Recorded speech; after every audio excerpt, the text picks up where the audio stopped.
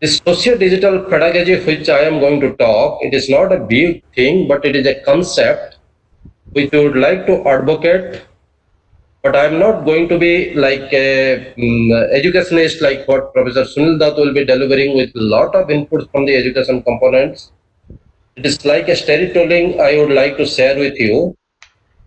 So my approach will be to give you some ideas that how can really go for using this particular. So my approach is to just because I am convinced, I'm not presuming, I'm convinced that all you are faculty members, all these 175 174 who have joined, and you are very well aware of what is this flipped classroom, blended learning, ICT based learning, technology enabled learning, because it is not a new terminology. These terminologies are being in our system. We are using it very frequently. So in that context, how actually we go for a aggressive implementation, that is more important. But before that, I would like to just take you around a glory of our past glory, where certain things I want to just bring to your mind. That when we talk about the Takshashila University, then you'll see that basically it was a higher learning scenario where the students at the age of 16 or more, they used to just join. And the interesting part of that, the teacher has full autonomy because the schools were known in teacher's name. So it is teacher predominated school, and the course completion certificate used to be given to the student only when the teacher used to get satisfied. So the examination was redundant, whereas the satisfaction level of the teacher is more prime requirement for getting a certification from the teacher. And if you look, multidisciplinary was existing in that scenario. So the best experiential learning, if you talk, this is one such wonderful education system this country had. When I look back to the Nalanda University way of teaching learning, then I see there were 9 storied library. That means that shows that how much importance they used to give to the database or the information resources or the knowledge resources which they want to document. So these were documented. Around 90 lakhs manuscripts were created in that time, and it was again interdisciplinary nature. And if you look into the FSR, the faculty student ratio, 10,000 students, 3,000 teacher, it is 1:3. So this is called the personalized learning, where the teacher has ample time for every individual. So this so-called the personalized learning, the experiential learning, it is not a new system to this country. It was prevailing.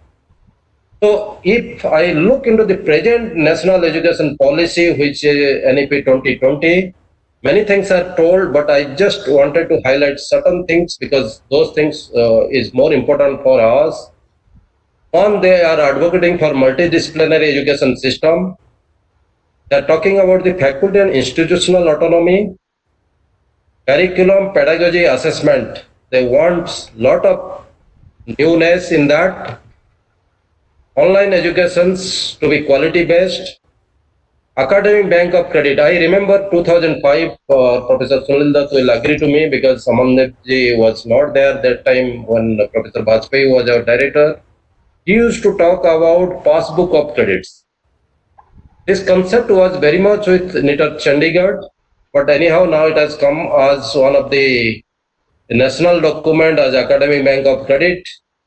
Multidisciplinary education research that Meru, whereas if you see Chandigarh, NITR Chandigarh's activities, what Amandeep Madam was presenting, we are into educations, not only in engineering or technology, we also do cover subjects like entrepreneurship, rural development, education, curriculum development. So it is a multidisciplinary type of education system existing with us. We do a lot of research. We have 105 QIP seats. No NITR system is having that type of facilities. We have 105 PhD students can join with this institute. So our research is aggressive. In addition to this, we are also a training center. This training is hands-ons are also extensively extended in this institute. So we are beyond Meru. What government is talking about Meru, the things are being practiced in this institute. They also talk about reimagining vocational education and internationalization. So these are the components which they are talking about.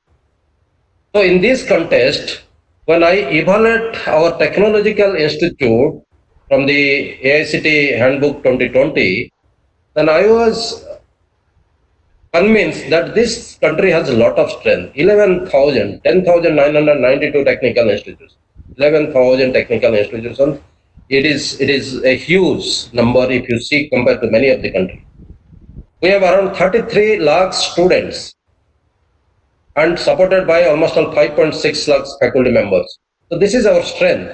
This strength is in international scenario. If you think this is a marvelous strength which we are having, but unfortunately, when we talk about this strength, then when we evaluate ourselves how much we are connected to society, when I say society means it is industry and all other the end users which are supposed to be connected to us, especially in the industry point of view, we are very less or loosely coupled. The platinum linkage requires a 30% marks out of 100.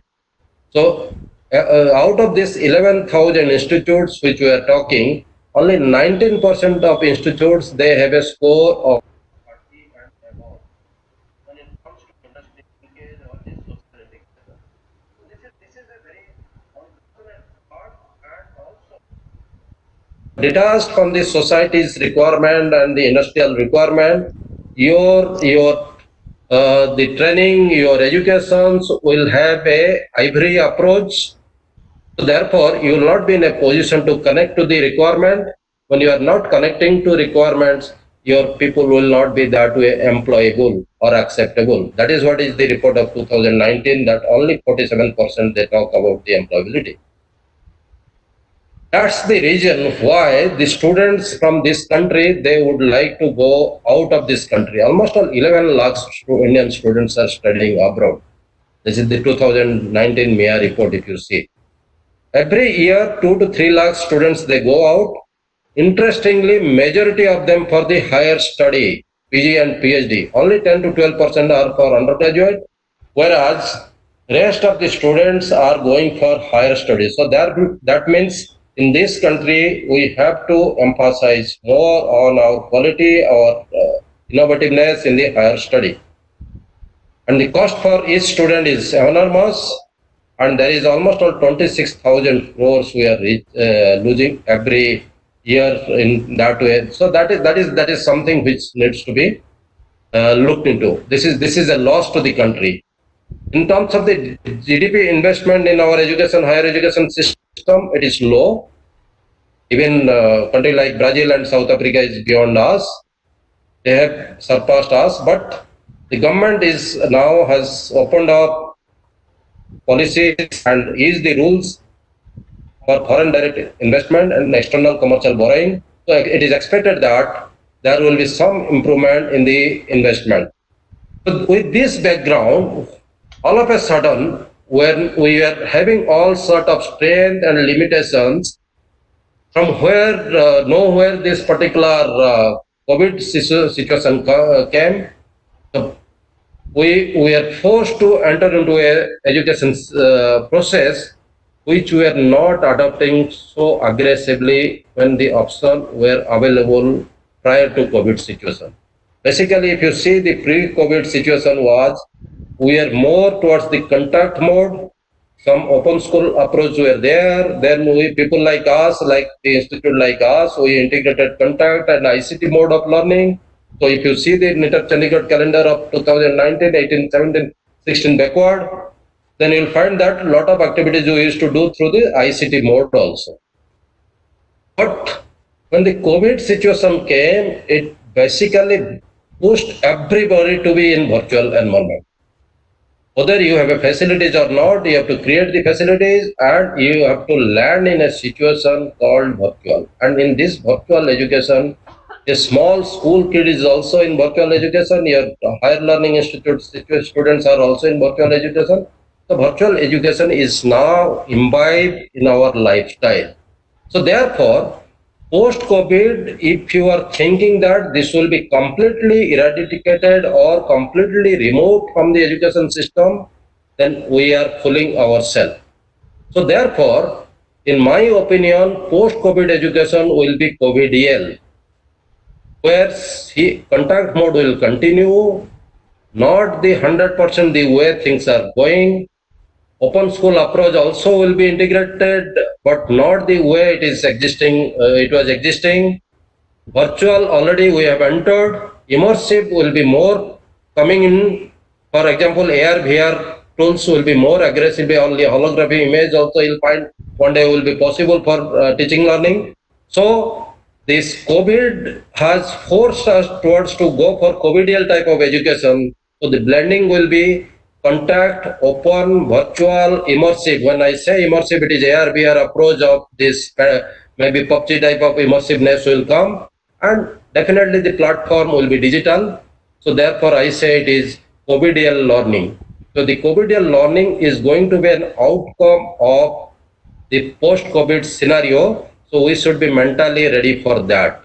So now, when I see the present environment and we talk about the COVIDial type of approach which is expected, you can recollect yourself 2007, 6, 8, during that time we used to talk about the ubiquitous computing and ubiquitous learning. So the ubiquitous approach, basically if you see, the ubiquitous approach is that everywhere you are present. So anytime, anywhere, teaching learning is possible. Today, we are driving ourselves towards that direction. Yes, there is limitation. Yes, there is limitation in connectivity, limitation in many of the issues, but the concept is more or less realized and is getting practiced in the present scenario. So the ubiquitous approach is already the thing which we were talking in 2007-8, now visible. Learning is more now immersive. When the people are getting a lot of assignment and the assignments are more computational tool based, they are getting immersed. The didactic approach is also there, and basically the learning resources available in the surroundings where the student or the teacher, they need to just put themselves. Once they put themselves in that surrounding, the learning is happening automatically. So therefore there is various source of learning resources, learning approach. So the surroundings are available. So you have to just put yourself. And in ubiquitous approach, you have your own space of learning. In the virtual environment also, you create that type of situation. It is unique, and that is the way the things are happening. So 2007-8, when we are talking about the ubiquitous learning, this ubiquitous approach, the technological way of ubiquitous computing and leading to ubiquitous learning is now visible, and it is going to be more aggressive in times to come. So therefore, it is said that you have to get ready for a new norm of pedagogy, because your industry 4.0 or subsequently, if you see the industrial revolution's frequency, first to second, lot of gap, second to third, reasonably it came down, but it is also reasonably a good gap. But third to fourth, when we are jumping, it is within 20 years we are there. And fourth to fifth, people are talking that already the guidelines are under preparation. Maybe 10 years time, you'll see that Industry 5.0 is knocking at your door. Because once the 5G is aggressively implemented, the things are going to change drastically. So the open network system, which it is a concept, US is trying to advocate that. If the open network system also comes, then you'll see that 5G, Industry 5.0 will come very fast. But present scenario, the Industry 4.0, when we look into their demand, when we interact with the industry, they want your students to have not only the subject-oriented skill set, they should have a capability of problem solving, complex problem solving. They know how to have a management, judgment, decision, and they have to have all those things: cognitive, social responsibility, ethics, values. So many things they are demanding. So therefore, it requires that the new norms of teaching learning cannot be traditional. But luckily, when we see that, is this possible? Like when we raise this question that is this possible that we can create student having all component and they go out of the institute with all component, then we get some hope when we see these tools. Today, when we look into the system integrations, cyber physical integration is more seamless and is going to be better day by day. So once the cyber physical system integrations are possible, then this type of holistic skill can be imparted to the student. Why? Tools like augmented reality, virtual reality, cloud support system, automation, autonomous system or AI, cybersecurity, Internet of Things, name anything. All these key driving factors have penetrated to our society of learning and they are going to be aggressively used. Many of you are very much aware how the AI now in pedagogy, how the augmented and virtual realities are used in pedagogical approach. So that is the way and what is the advantage of the cloud support system compared to your present earlier systems. You can just compare yourself. Things are coming. So the key driving factors are day by day penetrating our teaching learning society. So there is a possibility that we'll have a better options of giving a better teaching learning.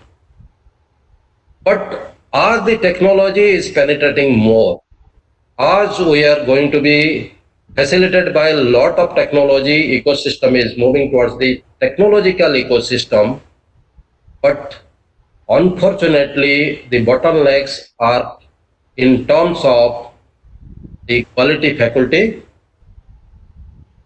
the dynamicness and mapping of the curriculum, then the global perspectives, and without giving lot of inputs, there is a continuous increase in the fee. So obviously, these are the points which are bigger limitation in higher learning. That is the reason why there is an outflow or migration of the PG and PhD students towards those countries where they look forward to availability of good quality faculty, good curriculum, and once they come out from those university, they have a global acceptance. There is lot of reputation of those places. So they don't mind to spend money or fee, but they look forward to all these aspects. So therefore, the new theory to be adopted cannot be in the our old style. This requires to be really thought over, brainstorming has to be done, and more or less all institutes are working in this. In my way of thinking is that all those holistic development which you are asking for your students, all those things, competitions which are coming in front of you, all these challenges which are coming in front of you, you alone cannot challenge these challenges. So therefore, there is a requirement of your style or strategy, and the strategy should be rather than devoting a lot of time in innovations, it is time to innovatively utilize the already available innovated thing. For that, you need these mantras: partnering, networking, empowering. Partnering is the mantra for building your strength. Networking is mantra for building your wealth. For example, you have certain equipments, a remote network partner is having another additional few equipments. Your students are exposed to both the scenario. So in terms of wealth, it is enhanced. Empowering, you have to give lot of freedom to your manpower. You give them the accountability, you give them the authority. So authority and accountability, you have to deliver. Then only if they are empowered, they will deliver. So these mantras are to be addressed at the institutional level, and also we have to adopt the approach of experiential university, where this type of multidisciplinary approach and this school dominance approach should be there. Subscription university. Poem is not a university today, but if you see, lot of learnings are happening when you subscribe to different course which is available in SOEM. In that matter, Coursera. So subscription universities concept is also emerging, evolving. Sharing university. If you see recently, AICT has come up with a neat platform. Tomorrow, if they declare that as in one of the university, you will have the material from different best educational product companies who are putting their material there. So this will be a fantastic university coming up with a professional materials available. So that sharing university is also possible. So the future concept of the approach of individual institute or university will dwell in these three components: experiential, subscription, and sharing. So when we look forward to this requirement, this is not new thing. Everybody very much aware of this, that these are all required. Maybe the language or putting the things in a different perspectives are different when we go from one speaker to another speaker, but everybody is aware what is our requirement. So to address those requirements, when we look forward to the ecosystem, then I am, as a technical person, convinced the ecosystem is now day by day moving towards that direction, that it will support our requirement in times to come. The communication infrastructure is improving, as some of you might have seen in TV interview yesterday, day before yesterday. Nokia had only 50 staff. Now today they have 1,500 employees, and they are thinking of going for a complete revamping of the mobile communication network of this country with 5G's backbone. So things are moving in this direction. Lot of flexible design tools and simulation tools are available to make our life easy, to connect the cyber physical system so seamlessly that we are in a position to address to our remote students also very effectively. Public IT infrastructures day by day is improving. Asset management is more intelligent, more AI based. Enterprise resource planning is also more technology and driven approach. So it has analytics, it has AI. So those things are also improved. Digital fusion is taking place. Every day something is happening. And disruptive technologies are forcing us to think beyond the box. And that is the way there is a lot of innovations happening. So the ecosystem is already available, it is improving. Therefore, when we look education 4.0, which we would like to address, it cannot be now in the old thought process. They advocate here also change the definition of basic. Your computer interface thinking to be encouraged more, and you better try to analyze whether the 19th century Hamiltonian model of education, which follow research as the core university component, would it be followed or something else. Therefore, the Meru is a concept which our new education policy is talking about. So there is a thought process which is going on in our experts of the country. They are not just simply following the 19th century Hamiltonian model of the educations. They are now thinking about the Meru type of approach. One important thing, as individual, as institute authority, as university authority, everybody has to have this talent of forecasting and what if analysis. Believe me, to my colleague, exactly around 10 months back, I used to tell them, look, very shortly you'll have university without physical university building, you'll have institute without physical institute building, and you have to have students in those scenario and you have to teach them. Please yourself up for this environment. Try to do a lot of this digital material ready so that we can address. After just 6-7 months, we landed in COVID, and I could not believe myself. The thing which I was advocating for my faculties to gear up for the situation, it came so fast to us. But as an institute, since we are already aware of this type of activities, you'll be surprised that between April to June, 10th July, when in board meeting I was projecting my data set, 47,000 people like you got trained from this institute. And our institute doesn't have a strength like IIT. It is not 500 or 700 faculty. It is simply 48 people we are. Out of 48, 50 means out of 65 strength, we have only 48 faculty.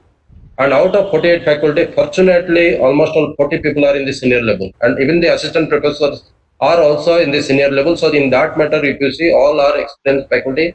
And that is what they are in a position to forecast, analyze, and they are in a position to take a decision to this support real world trends. And that is what is our success story, which we are in a position to deliver. We have marvelous facilities where technology enabled learning is possible. This is one of the studio of our department. We have facilities and we have created that facilities and we have realized that these facilities are going to be utilized extensively in time to come. We are right now also using these facilities extensively. One of the example I'll tell you what Madam Amandeep was just touching upon. 2012, it came to my mind that since we have YouTube channel, why can't we use the benefit of YouTube channel without having our own server or streaming server or a dump server or a content server? Why can't we use the YouTube channel? Because we are not creating all novel narrative materials that everything is restricted. Let's open up and create a YouTube channel, and we named it as NCTEL, Inter Chandigarh Technology Enabled Learning. And I launched this particular channel. I developed this. We launched that in 2012 when Professor M.P. Punia, who is the present Vice Chairman of AICT, was our director. When we launched it, whatever video films we had, we started uploading that. We started creating more video film to be uploaded. And today, you'll be surprised that this is the real-time statistics. Maybe 1 week back I took this statistic. Today it might have gone up. We have 15.5 million viewers, absolutely without spending a penny. It is your YouTube channel. It is just a concept which came to my mind and we utilize that. So 15.5 million viewers, out of which almost all 1,33,000 people are our subscriber, and the channel has a earning of without anything is $1.11. So that is the concept which we launched way back in 2012 September, that we could realize that YouTube can be one of the platform of learning, and that we have shown. And already Madam has already shown you how the different countries are taking benefit. First is India, then the US, Pakistan, you name anything. Let's come back to the point which I would like to address you, because it is a fact that virtual learning cannot go away. You cannot run away from the virtual learning. So in this situation, when we cannot run away from the virtual learning, so then how do you try to give a better impact or solution? Then in my analysis, the difficult proposition is that how do you really create a seamless connectivity to those regions which are either having no bandwidth, that means no connectivity, or very low bandwidth connectivity. So this is a present day problem in some location, but okay, as I told you, the infrastructure developments are happening. It may go away in times to come, but right at this moment, we need to have a thought process how to address those remote learners which are located in this type of terrain. Then we advocate that we assume that everybody has a laptop in the house, or tab in the house, or an iPod in the house, or iPhone in the house. So this bring your own device. The point, bring your own device, this concept that perceiving that everybody has all the facilities is not correct. Maybe in a house you have one laptop, but your two kids. The girl is demanding for the laptop because her class is going on. The boy is also demanding for a laptop. His class is going on. They cannot sit in the same class. They are different. Somebody is in school, somebody in college. So, assuming that everybody has this bring your own device capability is also not correct. So, how to address that? What is the thought process which can be addressed for this type of issues? Then, when we are remotely located, and like our case, we have almost 180 people present here. How do you give individual attention? How do you, that pulse touching? How can you do that? Then how can you ensure that the student who has registered for your course or the participants, after switching on the laptop, the attendance is given and the attendance is on, he is sleeping? How do you ensure that he is appearing your assignment or quizzes, everything honestly? So challenging this unethical practices, dishonesty is also a top proposition to be addressed. Then in the engineering scenario, in that matter, some of the scenario, hard experiments are to be done. You cannot run away from the hard experiment. When I say the hard experiment, hands-on experiment where you have to handle the machines. So those type of situations needs to be addressed. A remote learner, how can he do that? Creating a personal touch is very much necessary because it is not the teacher's learning, teaching to the student. It is how he cares for the students matter a lot. So therefore, you'll see that his voice, his approach, his style of delivering, everything is copied by students when they accept. So it is a personal chemistry which is established. So how to create that personal chemistry? Then, as the student, they stay in a hostel. Even the introvert students, they start learning sharing, caring, teaming characteristics. But now sitting in the home, how do you really try to develop these components in their personality development, which generally happens in a campus life? In nutshell, I would like to tell that how a E person, because the remote person I named them as E person, can be converted as a contact person. The student who are in contact with us in the classroom, be in our campus, we are meeting them every day. They are the C person. So how this E person can be converted to C person? This is a big proposition right now in front of us. How to address these issues? So therefore, when we look with these issues, since present scenario, the COVID scenario has made us realize the learning is no more confined to an institute. The learning is no more confined to an university. It is not bounded by this boundary condition of institute and university. The learning is now has landed in a society. So the learning is from all angles, from the neighborhood, from your neighboring state, from your neighboring country. So the learning has now created a global society and they are well connected in the digital platform. So therefore, the pedagogy which is applicable for only for the contact mode of learning, the pedagogy which is only applicable for open mode of learning, the pedagogy which is applicable simply for ICT mode of learning is not the right approach because the learning platforms are different. The teaching learning platforms have moved from a boundary based system to a open boundary system which is now a learning society. So therefore you have to come out with a new pedagogical approach, and that is what the name which we have devised here as socio-digital pedagogy. The socio-digital pedagogy basically talks on cooperation, collaboration, connecting, contributing, custom-oriented and cost-effective approach. So your pedagogy, when you talk socio-digital pedagogy, remember that this pedagogy, this rely on these, the success of this pedagogy lies on these components: cooperative, collaborative, connecting, contributing, custom-oriented and cost-effective approach.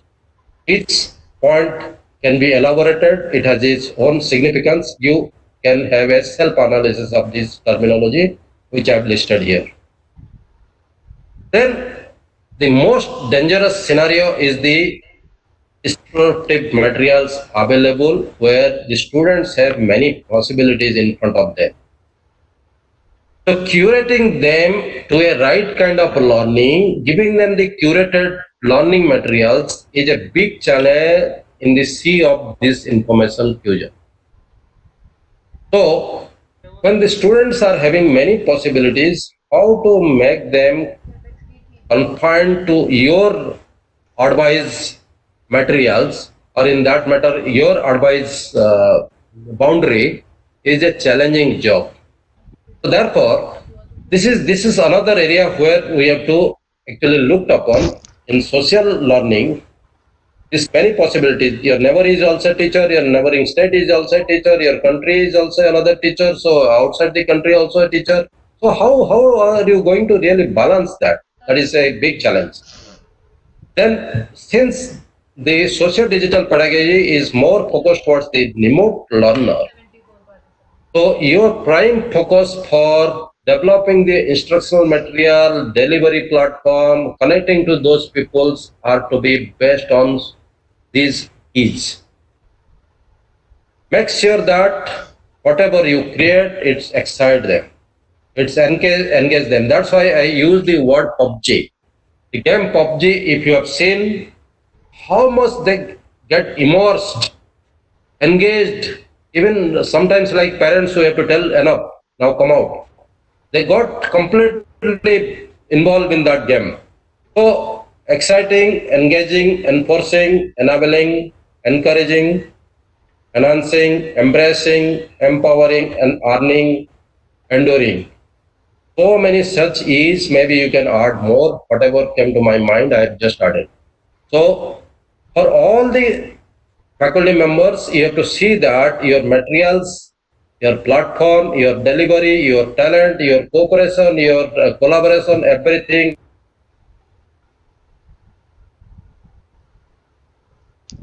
successful one.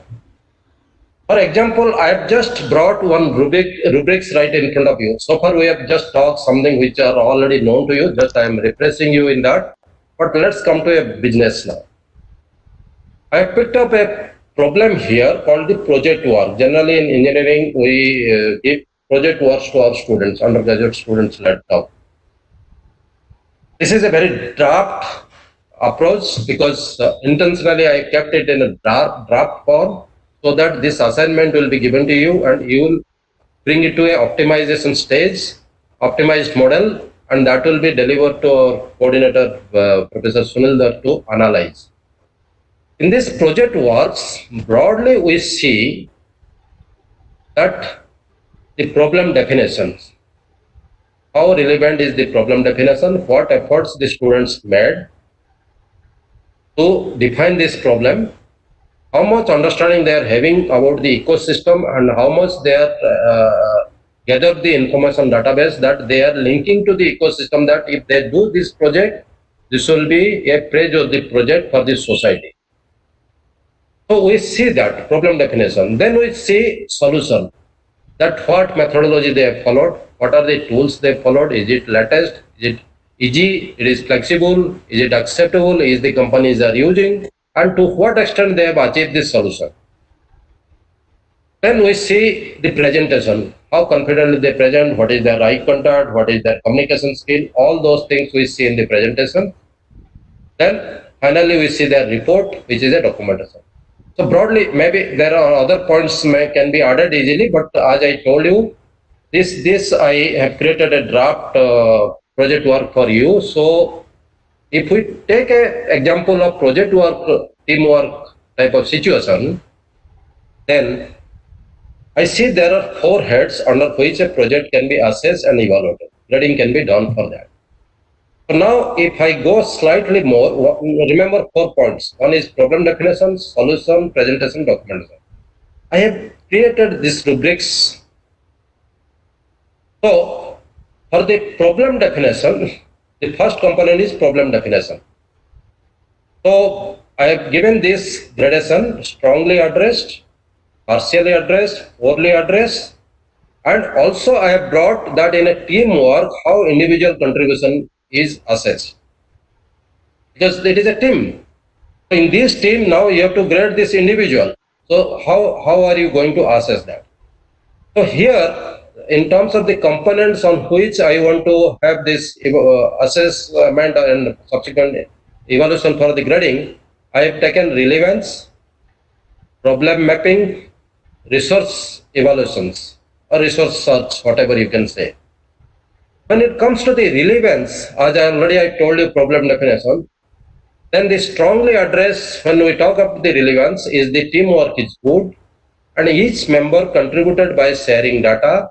The mutual discussions are extensive and the team coverage well to the objective without any differences. Converge. The team converges well to the objectives without any differences. So that these components, this is a draft I am telling, so you will be optimizing this. So this is strongly addressed. When it is coming to the partially addressed situation, then I compared, okay, the team is good, teamwork is good. The communication among the team is limited, not very extensive like in strongly addressed situation. Mutual discussions are not frequent, hence strong convergence is not seen. Like here, the convergence is very strong, here it is not seen. Poorly addressed situation is like the team is hardly met for any discussion. No data is collected in a scientific manner. Discussions were also scanty, and the objective defined is not by the team, but a person who is dominated in the team. He has defined the objective, and people are following that. So these are the strongly addressed, partially addressed, poorly addressed, and also I have created how a individual assessment can be done in terms of his contribution, like data collections from the reliable source, volume of data collected by that individual, participation in the discussion, respect for other team members, accepting the team decisions. So this is one of the components which in the relevance I have kept. When it comes to problem mapping, you'll see that various case studies on the defined domain are carried out in an extensive manner, because when you are defining the problem, you have to see that what you are defining is new. There is a newness in that. So repeatability to be avoided. It has a market demands. So the gaps are also well defined. So that is why if you see here, the gaps are well defined, market demands are also explored. So basically this is the strong early address problem mapping situation. But when we go partially, obviously the case studies are not very extensive. Problem domains, linked problem domains are not given due attention, like all these fringe domains also they discuss and strongly address situation. It is not done here. Market expectation is studied, but at the superficial level, at the surface level and studied, but here it was studied in a very deep way in strong case. Poorly addressed case, they have done some case studies, but no domain specific case studies are addressed so strongly. Partial link studies are done. Means domain specific is not extensive, but they just studied something partial link and they took a decision for defining their project. Market need is also not considered. So when it comes to the individual assessment, then we say volume of case studies, how much volume study he has done, how many gaps points he has identified, what is the type of survey conducted, and what is the analysis done by the individual, and how it has been projected as a demand for the problems. So this needs to be also assessed for the individual. When it goes to the research evaluations, basically when you are looking for a problem definition, what type of research which you are having, whether you have the system for implementing that or not to be analyzed. So in strongly case, national, international, free and paid resources are evaluated in terms of human support, in terms of machine support, in terms of tool support, in terms of information support. All these things are analyzed. Whereas partially case, they national and international only free sources, paid sources are not analyzed. Poorly case, only the national sources which are available in free, that is only studied without thinking of the international one and without thinking of the paid one. So in this resource search, what is the contribution of the individual in terms of source link sharing, abstract delivery, because only source cannot be just linked, it has to be told also this source has this benefit, that benefits or like that. So basically it is starting from your neighborhood to the nearby locality to the your own institute to the network institute, like that. This needs to be addressed. The second point is solution. So problem definition followed by solution. Solution, I have picked up creativity, methodology, results obtained. There also I have defined strong, partial, both. This component I have not changed. Then also in terms of individual requirement, it has been discussed. So if you see here, we are looking forward to what is the creativity, fully aware of the local and remote resource availability when the methodology he has to adopt. So he must be aware of the tools, the resource available, all those things, and result, outcomes, all those things are discussed. I am leaving it to you so that you can go through it, because this is an assignment to optimize this particular rubrics. Then comes to the presentation. In terms of presentation, it is the content and flow of content, one component. Speaking skill, another component. Team spirit and team bonding is third component. So when it comes to the content and flow of content, informative, supported with relevant materials, continuous and well linked. Whereas partial address get no supportive materials and discontinuous. The flow is discontinuous because they don't have partials and no support materials, but content is informative. Poorly addressed case, neither it is informative, nor it is linked, nor continuous. But when as individual, when you are assessing, content knowledge and depth of linked materials needs to be assessed for the individuals. Similarly, speaking skill, when we are talking, you see that team members have clear articulation. Every team member share and speak. Participation is balanced. Speakers demonstrate good eye contact and confidence is exuded. Hit to the allotted time. So they are not overtiming. Whereas other case you'll find that there are certain lacunas which I have pointed out to fit them to the partial address and poorly addressed situation. So similarly, in terms of individual assessment out of the group, limiting to time, articulation, eye contact, comfortability, all those things have been addressed here. Lastly, the documentation. The documentation I have written like the content. I could not change most of it. Came without the change. Okay. The documentation part, somehow this thing which is made is not printed here, but anyhow I can tell you what are the three components in terms of the documentation. We can say the documentation, one of the things which is in my mind is you see, creating a very voluminous component documentation is not really good because you don't have much time. So the abstract and the chapters are systematically presented. So it is the systematic presentations of the abstract and the chapter one of the component. The fixing of the presentation of the table, pictures and results and their conclusion and analysis, that is another component. Hardly summing up the documentation as you create a summary sheet leading to the final future component. So these three components can be taken and that can be seen. So this maybe you people can change that. I just forgot because when I was making it, I most probably didn't save it, so it has not saved. But this is a task which I am giving to you. So therefore, these type of rubrics are required. And when I talk about this project, my question to you that do you think that it is not feasible in the remote scenario?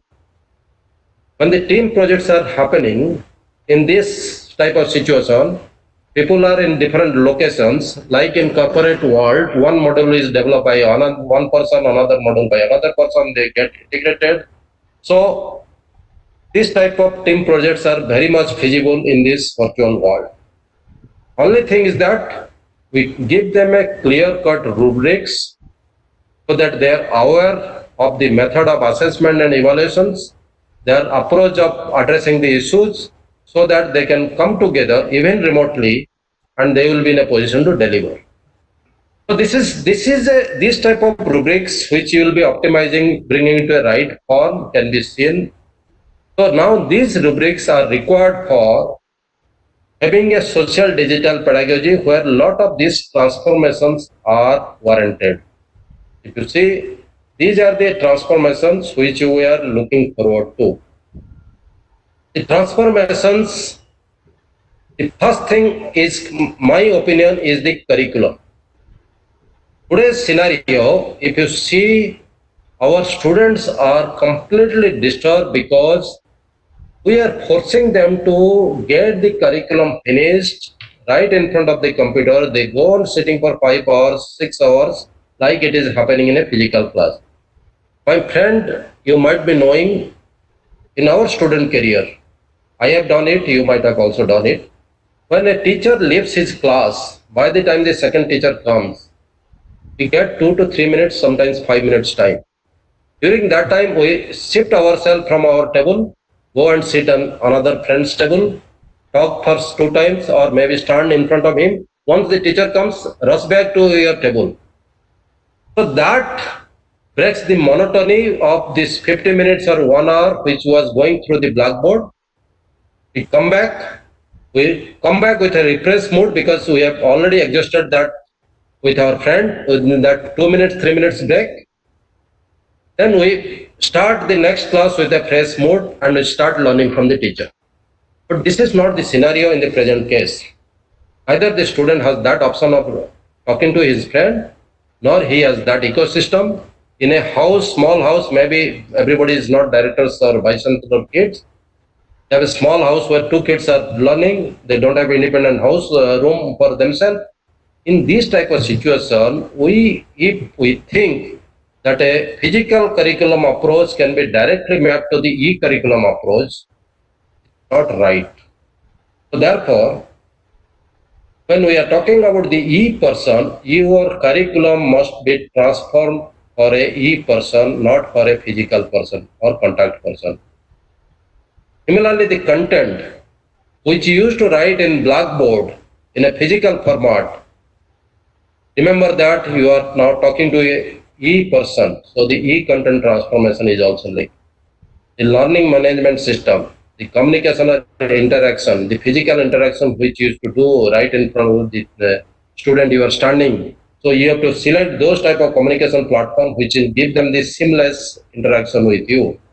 The assessment, experimentation, collaboration, group consultation, socializing, services, all these components I'll be talking now. So all these transformations are to go through. So these are the transformations which are required at the various level so that the socio-digital pedagogy can take a right step. Let's come to the e-person curriculum. When we talk about the e-person curriculum transformation, it cannot be a direct mapping from the contact mode of curriculum. Let's be very sure about this, that a contact mode of curriculum directly mapping to them is not the right approach. This curriculum will not work. You have to create cluster of subjects, basket of subjects, leading to more choice at the higher semester. First few semesters are the foundation building semester. You also know that, I also know. But as we move from the foundation towards the pillar, we must have multiple choice for our pillars. Also, finally, when we reach to the roof, this is our specialized areas where we would like to enter into. So that type of pyramid which we have to create, and the clustering of subjects, the basket of subjects are to build in such a way that they will have multiple choice in the higher semester. I will give you a vivid example for you. For example, a person who has joined mechanical engineering with an aspiration that after getting a BTech in mechanical engineering, he will join some IM and do maybe a management in operation and will enter into a big companies as manager for operational approach. So this boy, if you are making him to read all the subject of mechanical engineering without giving a scopes in elective for some management subjects, so all of a sudden after BTech, he gets a CAT score, appear for the IM test and gets qualified, enter into the IM and start learning those subjects which are completely new to him. All these 4 years he believes that it is useless for me unless he learned he lands himself in that particular operational situation where he gets some mechanical engineering knowledge to be used, or he gets that chance of understanding that, okay, my knowledge is now getting used.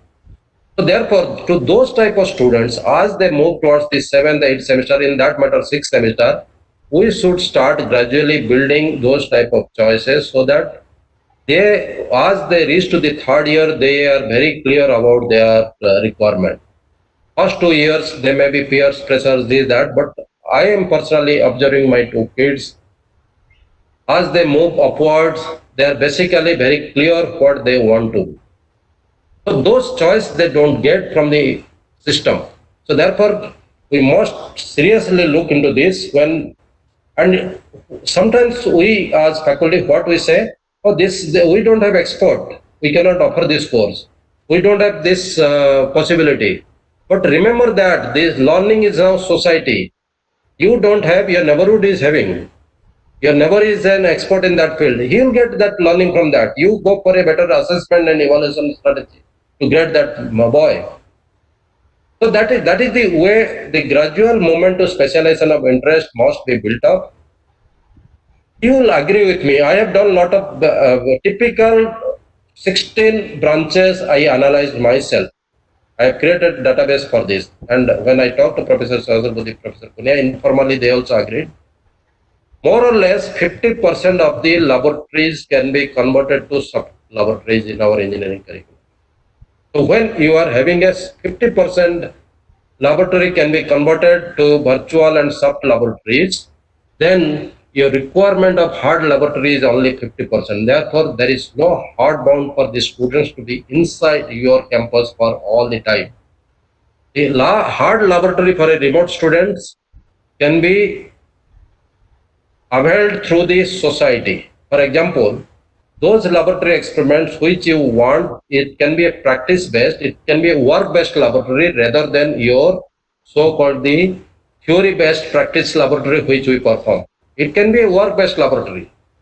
The work based learning is a concept of National University of Singapore. They are advocating for that. If you go through the MIT newsletter of 2017, then they have admitted in that newsletter that the project based learning is an outdated concept.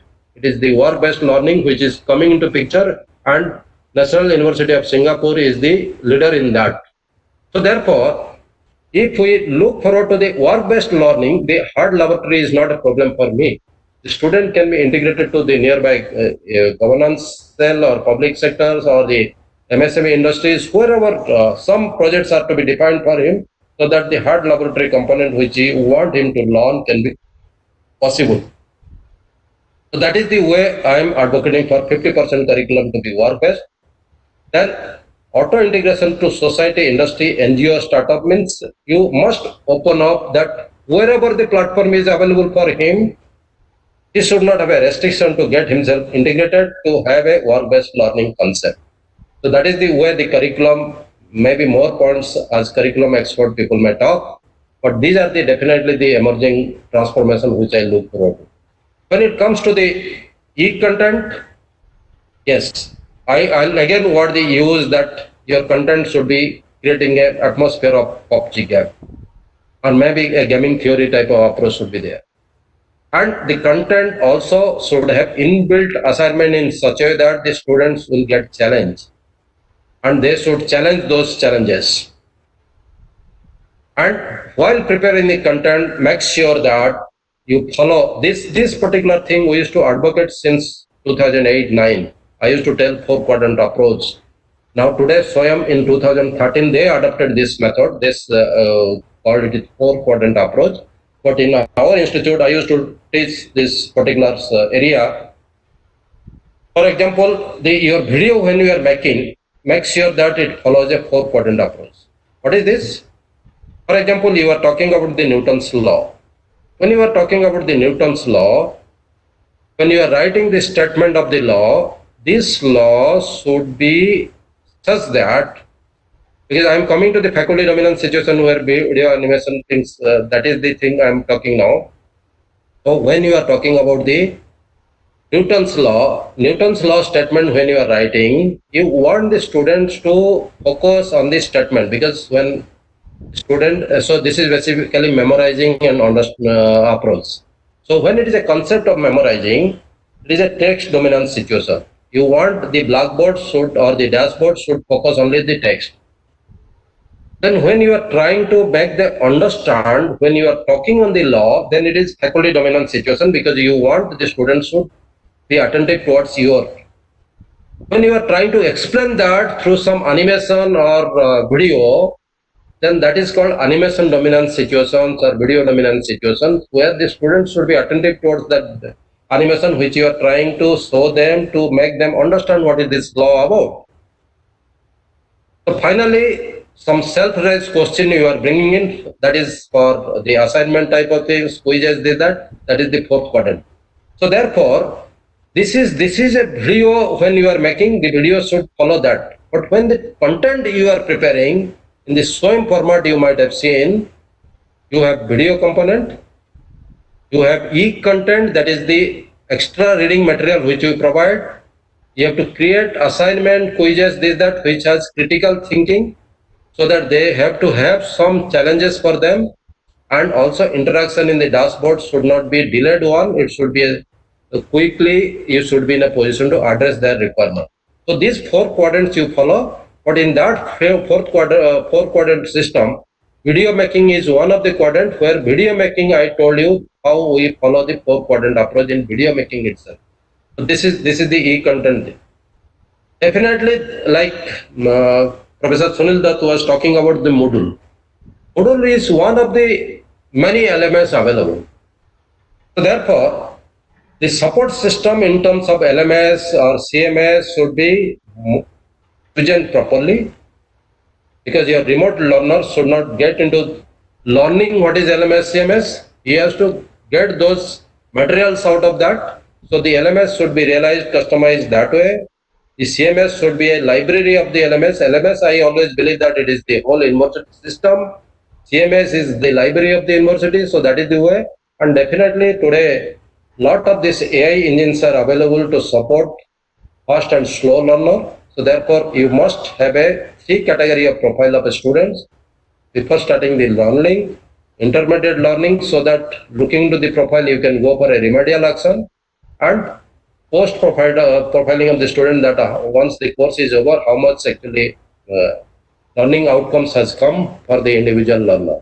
So that way the machine support systems, machine learning or the machine support system can help you to have a data analytics. That data analytics will give you a pre-learning assessment, intermediate remedial approach, and post-learning assessment, so that you will be in a position to understand that how much learning effects or the learning outcomes you have created for the student. In terms of the communications, the communication is your physical interaction in the classroom. So that is now to be done virtually. So what type of communication platform to be, whether it is a Google Meet or a Microsoft Meet or a Webex or Rainbow, what type of communication networks to be connected, so that the student will not have a disturbance, and the communication network should not have those type of icons which are very complex. It should not have lot of linking here and there, so it will be easily accessible, it is easily connected. So that type of situation. Presently, Chandigarh, in our place, we have a app. We get connected through the app. All our short-term courses is through this NCDL, NITER Chandigarh Digital Learning System. So with this, we are now getting connected, so that it is a one-stop point where student only need to have a NCDL with them. Rest of the things, this is taken care by NCDL. So it should not be bandwidth hungry situation, because communication platform, definitely bandwidth is a requirement. So bandwidth hungry situation should not be also there.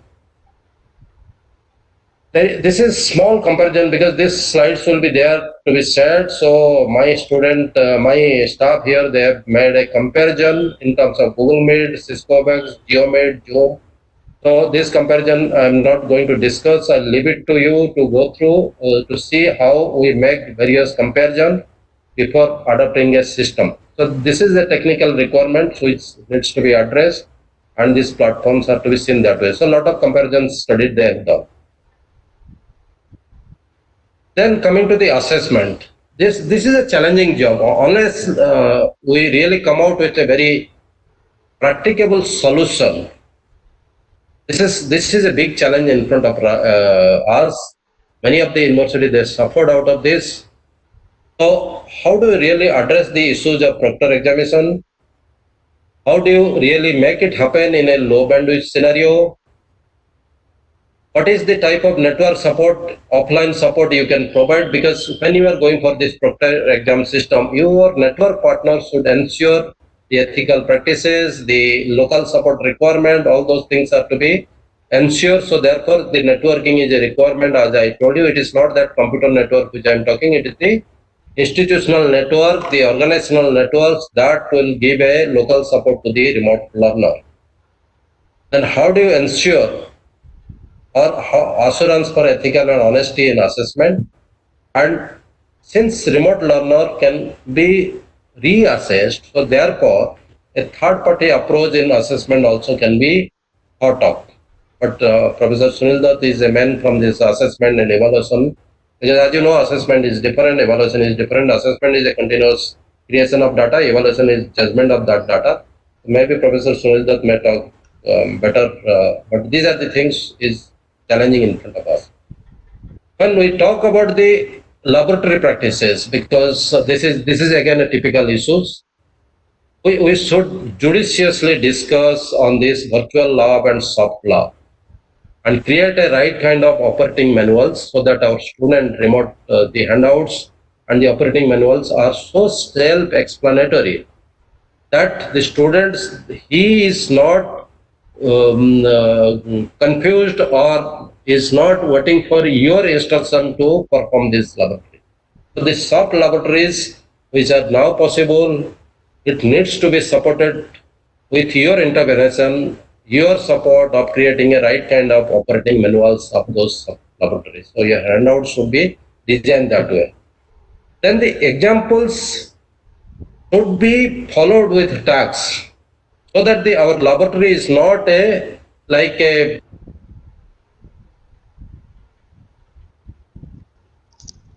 it should not be like that.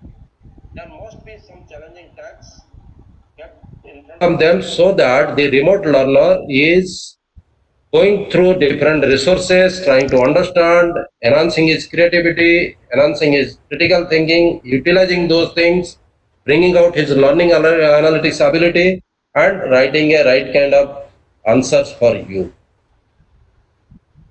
Hard experiment, remote learner cannot come back to you every time. You must facilitate his hard learning experimental things through a work-based learning approach, integrating him to industry, NGO, government bodies, and nearby institute where he can go and do this hard experiment. And gradual building up linking to the pertaining discipline. So gradually you should build up this specialization because now it is going towards multidisciplinary approach.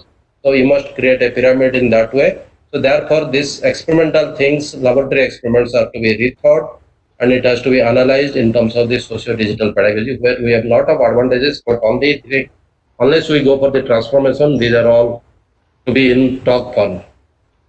Then coming to the collaboration approach, the facilities which, let's say, center of excellence, so many center of excellence we have created in many places.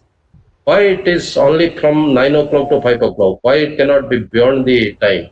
So a cafeteria approach should be there so that the people are allowed to access the facilities because remote access is possible. So remote access is possible. When the remote access is possible, the students slot can be divided in such a way that 24/7 type of situation cafeteria approach is possible.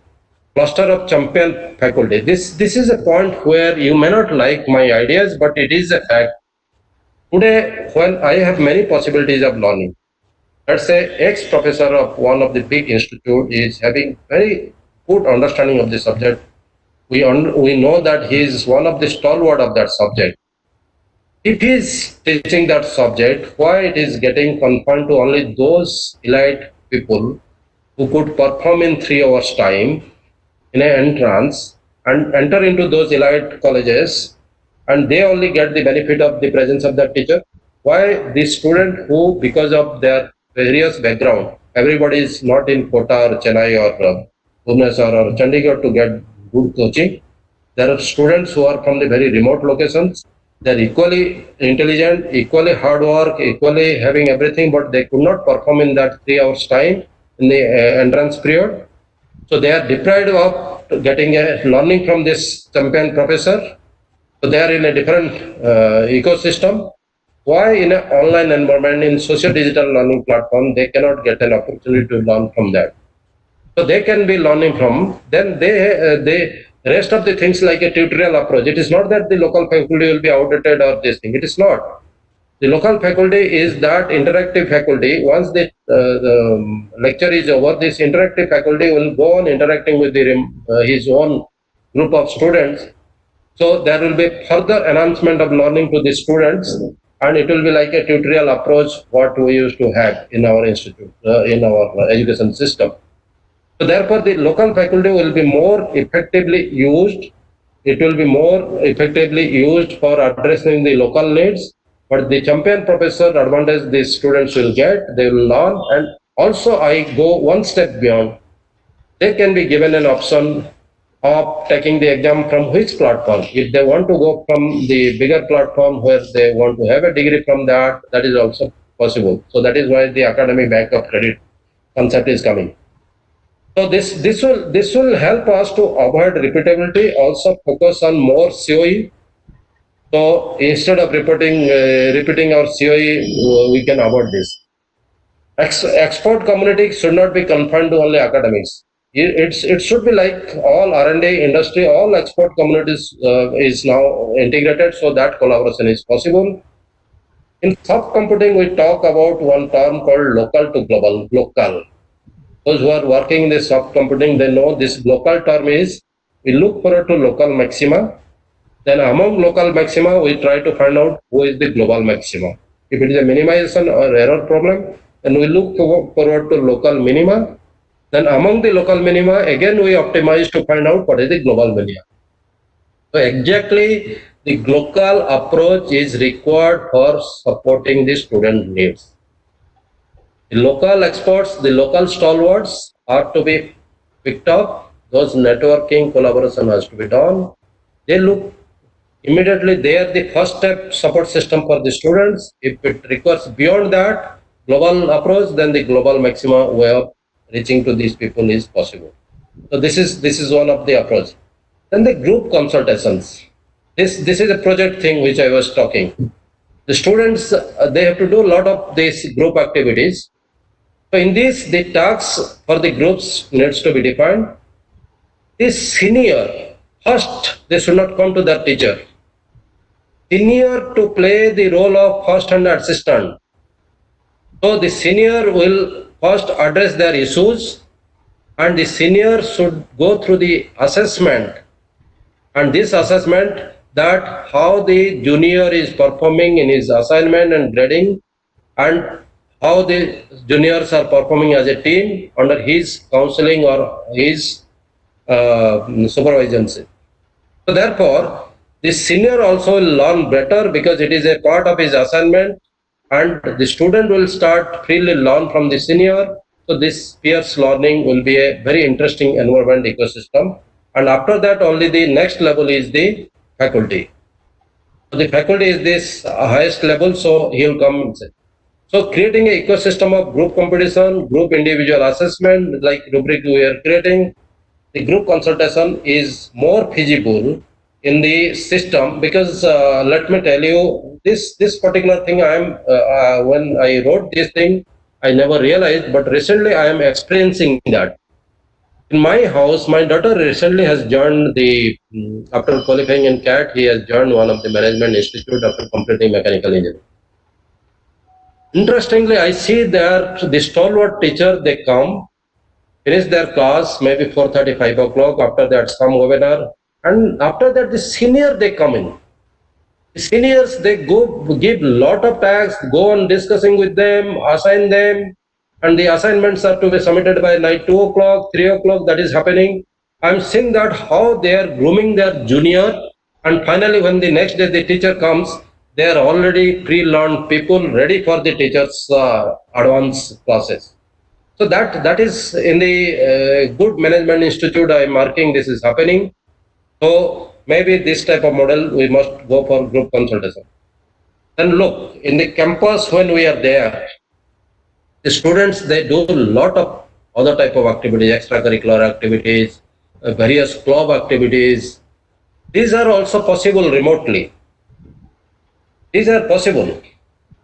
So therefore, the extracurricular activities also needs to be transformed in that way that socializing effect is created among the students. They go for these group activities, club activities, even though they are remotely located, they share and these are feasible. What I am telling here, it is not the theory only I am talking, I am seeing practically how it is happening in my own house. And these are feasibility which when I realize this and put it as a PPT, I never realized that in my house I will be in a position to see that. Recently she has joined MBA, I am seeing all these activities are happening and it is a feasibility. You can very well understand this. Socializing is a factor which is required. The students not only get confined to their own academics only, they have to do a lot of club activities, lot of extracurricular activities. These are the orchestrating of activities is possible in remotely also. It is not a big deal. Only thing that each component, each such thing which I am talking, it needs to have a very good rubrics developed for them so that we project is very nicely. In fact, those rubrics I have created already. I have already started preparing all those things. It is already in the final shape, but I'm not putting it here because Sunil Dutt has given me a very limited time, and after me also he has to take class, so that is the reason I'm just hurrying up. Then, as a lot of things are happening in digital world, you need a lot of support, starting from petty inquiry from the students to the major issues of the students,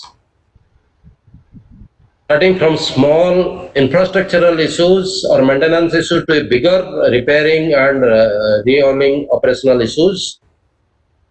I personally feel that as we are moving more towards the digital environment, digital system, our students can be a helping hand in that.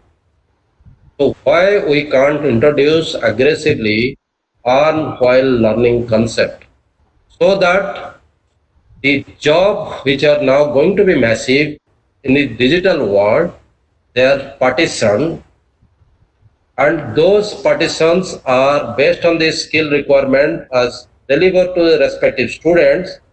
So while he becoming a student, he is also getting to learn how to handle issues and he is paid a minimal fellowship or a support system for that. In that context, if you see, the earn while learning will not give him a pocket money, but also will make him to learn the system much better way. So therefore, thinking that so many activities it is getting enhanced, so many things we have to do, we have to make video, we have to create e-content, you have to edit it, we have to bring animation, this, that.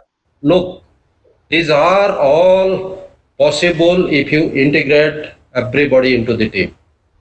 And this integration is possible from the student level also. The students also can really be a support system for you.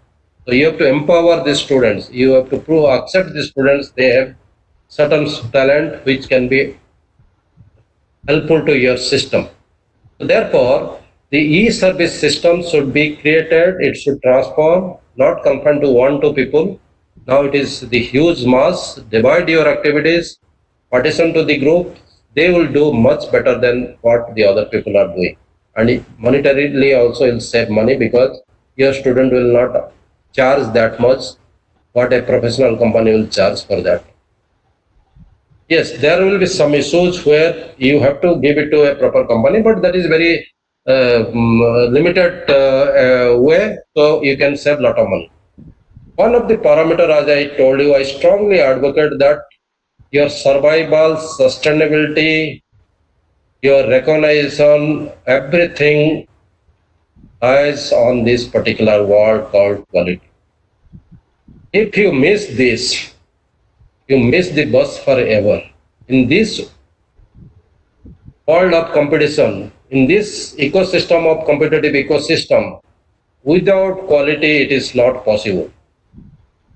So this is the most important term for your survival and growth. Therefore, you need to have a self goal for yourself first. Put the goal in front of you, then plan, monitor, create the task force so that the benchmarks are met, and subsequently it is upgraded so that your ranking and accreditations improves with time. So there has to be a systematic approach of maintaining your quality, enhancing your quality, competing in the quality. So therefore, these transformations are to be well documented. And now, luckily, the AI system, data analytics system, machine learning is going to help you. So dynamical assessment, feedback, upgradations, and giving a closed loop system so that the feedback comes to the system automatically, it gets integrated to the systems. All those methodologies are to be adopted so that you can be a successful institute, individuals in terms of the quality. So quality obviously is one of the strong parameters which I would like to advocate. Somewhere we should not behave like a ivory tower alone. So if you see in this case, we may have a option of the physical distancing because remotely we are allowing, but we are getting more integrated to this society because work-based learning will integrate to this society. In this, you can label the students. It is not only you are giving the degree, you are labeling the students what skill sets they are having, what level of skill set, so making them more open to different type of opportunity. It is not only the mechanical engineering degree, along with the degree they are going with so many leveling, and those levelings are graded, and that is the way you can think of that finally your students are labeled students and companies will be in a position to access them very easily. So the remote social learning is going to help that. Finally, I'll advocate again that this particular socio-pedagogy approach, if we effectively transform, create rubrics, start implementing, we'll see that will improve in terms of cooperative approach, collaborative approach, coordinating approach, clustering approach, and it will be also cost-effective education. Because right at this moment, repeatability of resources are being developed that can be upgraded, multiple resources can be utilized, students are exposed to more facilities available, so that way this is a better environment which will.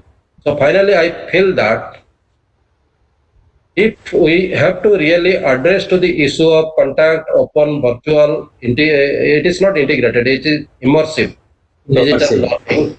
So it is immersive. When I talk about the immersive, it is your AR VR component I am advocating. Maybe in due course of time, holography image, because you might have seen that Microsoft video where a person is going talking in Japan in Japanese language in holographic image. So the thing which I used to see in US in 1996, 97 in Star Trek, this is now is happening in our real life. So this immersive learning will come into picture. So the contact upon virtual immersive digital learning, when we are looking forward to this scenario after post-COVID situation, socio-digital pedagogy is the address, and this needs to be addressed seriously with lot of rubrics developed. And finally, I would like to tell you, everything goes with the sentiment of the students and teacher. So already the sentiment analysis tools are existing. If you see in 2014, I used to tell our teachers, look, go through this IEEE magazine. You'll find that tools which helps to identify, extract the topic-wise acceptance of the students. Like if you're talking a subject which is too boring, too theoretical, the students' sentiment is like that, they will not accept it. So when you get a tips out of that, you have a tool to analyze their sentiment for topic-wise analysis of that particular subjects. Then you can really take some external approach, some remedial approach, create a storytelling type of things, bring a topic in a different way. Because if you see my background, like I am a person who used to teach electromagnetic theory, microwave antenna, this, that, they're too mathematical in nature.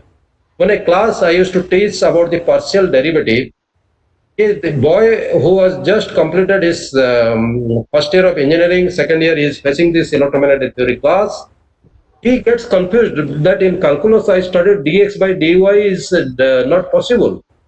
But this man is talking about dx by dy, all independent variable is going for derivative. How it is possible when we have been told in calculus that this independent variable cannot be joined together for differences? So there, if you are talking some example, physical example, look, if you are crossing a river, your water height is x, and as you go from one end to another end of the river, your distance is another height. So that changes. Sometimes the water height is up to your chest, sometimes it is up to knee. So these variations are happening. So they can be made function and differentiable is possible.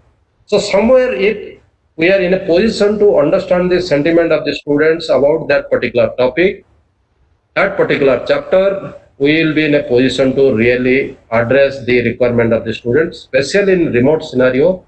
These are the things which are possible. So please more accumulate those tools which are supportive in nature and try to utilize this tool so that you as an expert are in a position to deliver what you have. Optimal delivery is possible from your end, which today it is day by day is improving, and you should be more technology oriented, and social digital pedagogy is the right approach in the present scenario. I have given some links to here. These links are almost all repetitive. I don't know if one is not opening, second one you can open. You'll be surprised that way back in 2013-12, we used to talk about how to create video without using money from your institute. The open source tools, how to create like Google SketchUp, how you'll use, create animation, how you'll take a video cutter to cut your video. So many things. These are some old, when I was preparing this talk, I saw my old video. I have given you the links. You can have a look. There are basically, we have talked about lot of information like DNA based storing, this, that we have talked way back in 2012-13. Almost on 7-8 years back we used to talk. The old videos I didn't link where I used to talk about EPEN, how to use EPEN, all those things. That we have avoided that, but definitely the 7 years back or 8 years back video will be beneficial to you. I have linked here, so you can have a look at that. Thank you so much. So this is what with the limited time I thought I'll just bring in front of you. So the ultimately the rubrics which I launched in front of you, one of the components, the documentation, the components are missing. So you please create the components, write rubrics for that, like I have written for other 3 components. So the problem definitions and the solution and the presentation, those rubrics have been written. So try to optimize that and write the last rubrics, that is the documentation rubric. So this is an assignment which I request Professor Sunil Dutt that you please get this assignment from them. Then we'll analyze that and we'll definitely look into the suggestion of these people to create such rubrics for other system also. Thank you so much. If you have some specific questions, I would be happy to answer whatever I know. I can try to answer in that context. So thank you, sir, for your wonderful presentation. And I have really liked one new concept that you have coined yourself on that post-COVID education, that is COVIDEL. It's a wonderful idea, that is contact open virtual immersive digital learning. And you have also highlighted 3 mantras for improving the quality of education in education institutions. And the mantras are partnering, networking, empowering. And in your presentation, you have also given the rubrics for the project work, and you have given one rubric for documentation as an assignment to the participant. I request all the participants to send the email to me so that I can pass it on to director sir. One of the participants is asking what is this assignment. Let me repeat again. Okay. For a project work, I have created 4 headings. One is problem definition, second is solution, third is presentation, fourth is documentation. I have written rubrics for problem definitions, solution, and presentation. So these 3 rubrics needs to be optimized by you. This is a draft rubrics which I have given. So you can give it in a better form. The 4th one, the documentation by mistake, because I was doing yesterday night and in a sleepy mode, most probably I didn't save that. Now I am seeing that it is not saved. So the 4th rubric is the copied one of the presentation one which I have prepared. So I just copied that and thinking that I'll change it. But your assignment is that you have to create the rubrics for the documentation.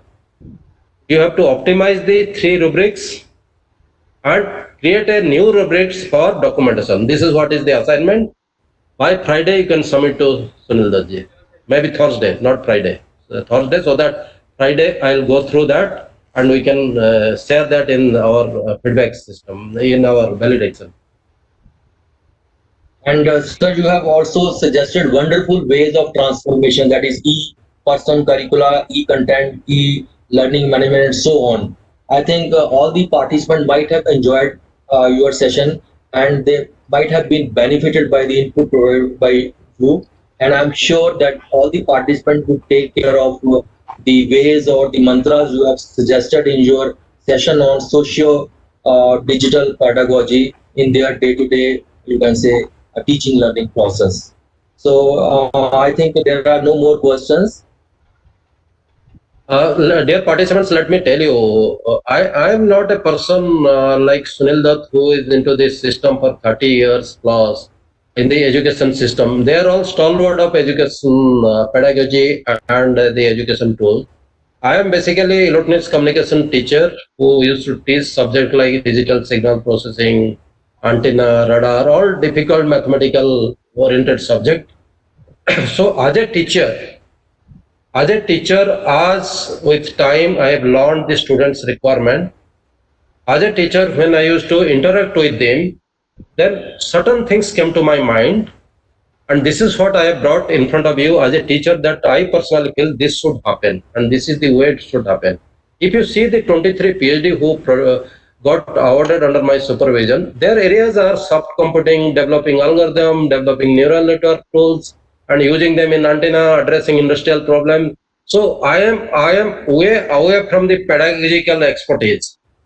So this is like one among you who is seeing the environment, seeing the ecosystem, trying to understand the ecosystem, and trying to find a solution how I can survive in this ecosystem. With that concept, I have brought this new concept of socio-digital pedagogy, and rest refinement or this editing of this or going beyond this, people like Professor Sunil Dutt and Amandeep Kaur who are in the department, they will handle. But at least the conceptually as a one of the person among you, I have projected this, and I personally strongly believe that these are the things which will come into picture, if not today, in few years. You'll see that these are happening. Something happen always with me. My PhD student used to tell, कि sir आप जो बोलते हो वही हो जाता है. And so I don't want to tell anything negative here, but positively, these are all good things are going to happen. Let's get ready for that. So once again, I thank you everybody, and maybe this PPT can be shared, but the corrected version, the last word, that integrated word should be removed with immersive. That needs to be taken care of over here. Thank you, Immersive. sir. Thank you so much. Then, Sunil, can I take leave now?